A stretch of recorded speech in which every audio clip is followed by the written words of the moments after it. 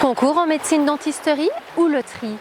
Bonjour à toutes les étudiantes, bonjour à tous les étudiants, j'espère que vous portez au mieux, que vous êtes au top de votre forme et que vous êtes prêts à en découdre pour cartonner votre concours en médecine dentisterie.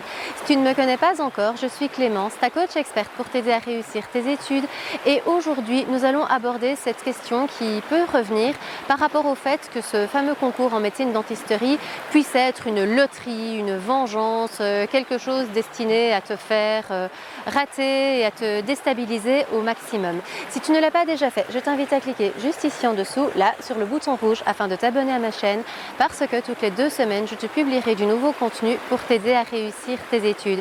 Mais également, tu peux cliquer sur le lien juste ici en dessous, là, de manière à t'inscrire à ma future webconférence. Elle est 100% gratuite et dedans, j'aborderai beaucoup plus en détail, beaucoup plus en profondeur du contenu vraiment destiné à t'aider à réussir ce fameux concours en médecine dentisterie. N'hésite surtout pas à t'inscrire, cela peut très certainement t'aider à être le meilleur et à cartonner.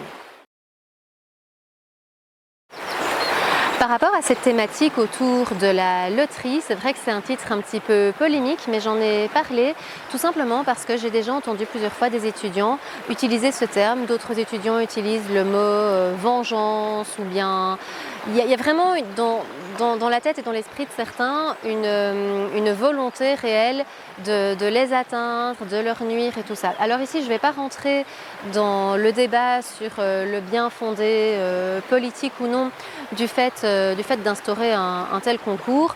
Je ne vais pas non plus discuter ici du fait que ce soit représentatif ou non représentatif de la compétence réelle d'un futur médecin, d'un futur dentiste à pouvoir exercer et à pouvoir être un bon praticien. Tous ces concepts-là, on va les laisser de côté, ça fera débat à un autre endroit, éventuellement en commentaire, pourquoi pas, mais je ne vais pas l'aborder ici dans cette vidéo. Par contre, ce que je veux aborder, c'est vraiment à travers cette thématique de loterie, j'aimerais bien aborder le fait que tu as une impression d'injustice absolument énorme, une impression de difficulté, et cette injustice et cette difficulté que tu ressens, tu estimes que ce n'est pas normal parce qu'on ne devrait pas faire ce genre de choses, d'instaurer ce genre de concours, surtout dans une situation où en Belgique on manque cruellement de médecins et de dentistes. Et c'est vrai que d'un côté on a des praticiens qui sont complètement en burn-out et qui sont sursaturés, et d'un autre côté on sélectionne les étudiants, donc c'est certain que ça amène quelque chose de très incohérent et que donc ça cultive la rage, la rancœur, le fait que ce soit pas juste et pas correct. Et en fait le problème de cultiver ce genre d'émotions négatives, eh bien c'est que ça va te coûter de l'énergie, ça va te pomper des ressources, et toute l'énergie que tu vas mettre dans ces ruminations d'injustice, d'impuissance, de je vais pas y arriver parce que c'est un concours, etc. Mais toute cette énergie que tu mets là-dedans, c'est une énergie que tu ne mets pas dans les démarches réelles qui, elles, peuvent faire la différence pour le fait de t'aider à réussir. Au sujet de cette thématique de la loterie, j'ai envie de te partager 3 choses que j'estime importantes et essentielles à mon sens pour arriver à garder le cap par rapport à justement ce concept d'injustice et de loterie du concours.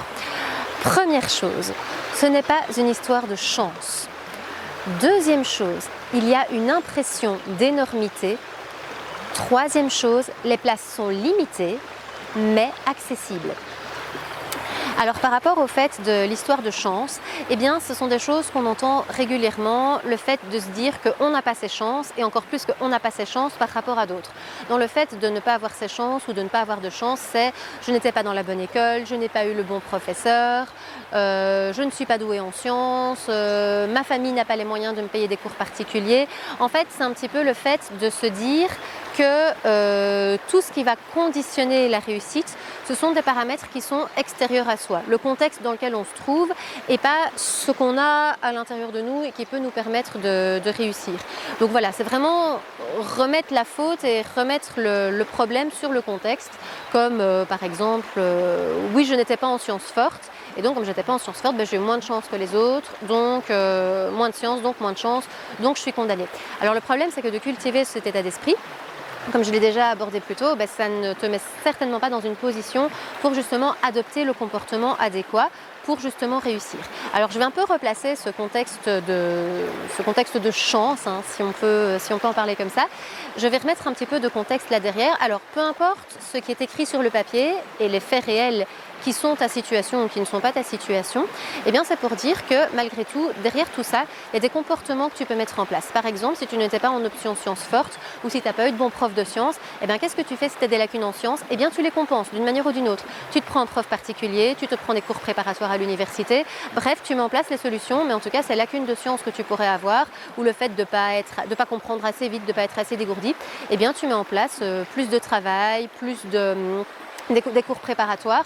Bref, tu te donnes les moyens pour compenser ces lacunes. Et puis, en replaçant aussi un petit peu le contexte, c'est vrai qu'il y a 4 matières scientifiques, mais il y a aussi 4 matières qui sont non scientifiques et pour lesquelles il n'y a pas de prérequis. Alors, pour ces 4 matières non scientifiques, c'est vrai que, alors, on peut encore avoir cette impression d'injustice parce qu'on n'est pas formé à ça à l'école, mais si tu es à l'écoute de l'autre, si tu es quelqu'un d'empathique, il n'y a pas de raison que tu rates ces matières-là. Et si justement tu as été élevé dans un contexte un petit peu plus fermé d'esprit, je pense par exemple si c'était moi qui avais dû passer cette partie empathie dans le contexte dans lequel j'ai été élevée, ou même si je donnais à ma famille, à certains membres de ma famille en tout cas, le fameux questionnaire sur de l'empathie, clairement les personnes se rétament parce qu'il y a une question de mentalité, d'ouverture à l'autre qui n'est pas là derrière.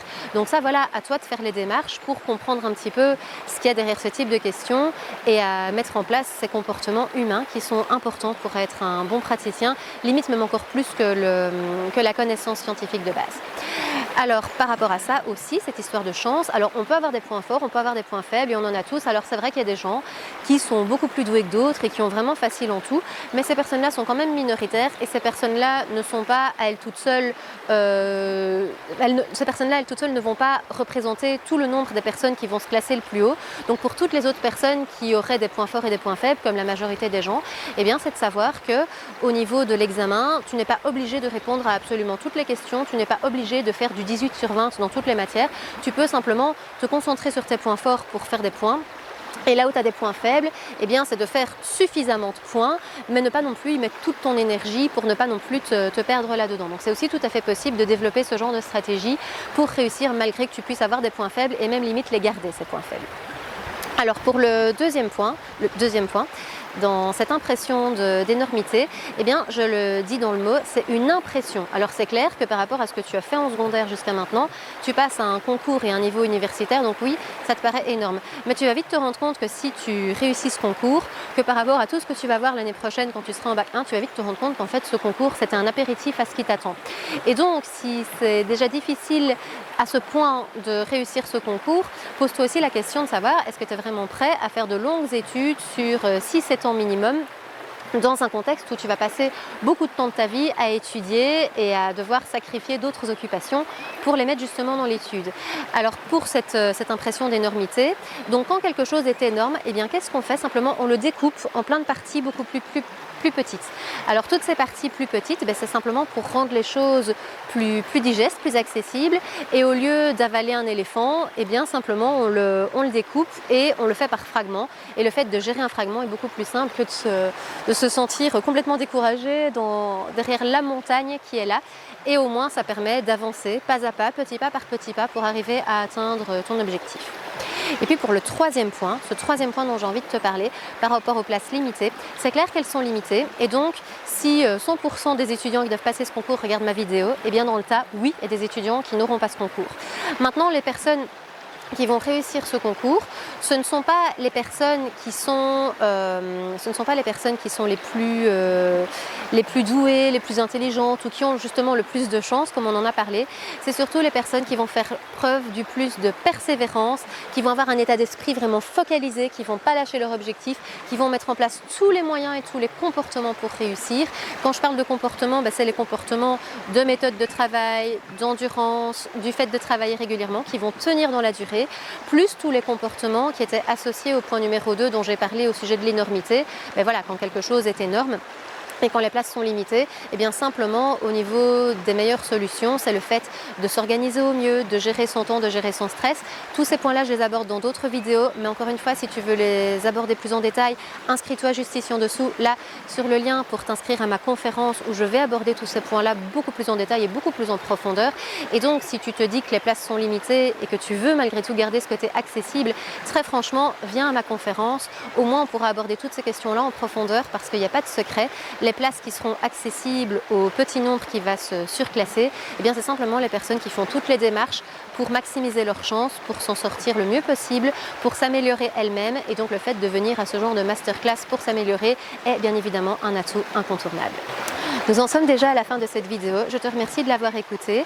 Mais avant de partir, si tu ne l'as pas encore fait, juste ici en dessous, là, clique sur le lien pour t'abonner à ma chaîne de manière à être tenu au courant des prochaines vidéos qui vont sortir puisque, comme je te l'ai déjà dit, toutes les 2 semaines, je publie du nouveau contenu. Mais également, si tu n'as pas encore compris l'importance, clique juste ici en dessous, là, afin de t'inscrire à ma webconférence. Elle peut très clairement faire la différence entre toi et quelqu'un d'autre qui ne la regarderait pas par rapport à tes chances de réussite. Donc si tu es motivé plus que jamais à réussir, c'est le meilleur choix stratégique que tu puisses faire. Je t'invite vraiment à t'inscrire à cette conférence. Elle a le pouvoir de changer radicalement le cours de tes études et donc de ta vie.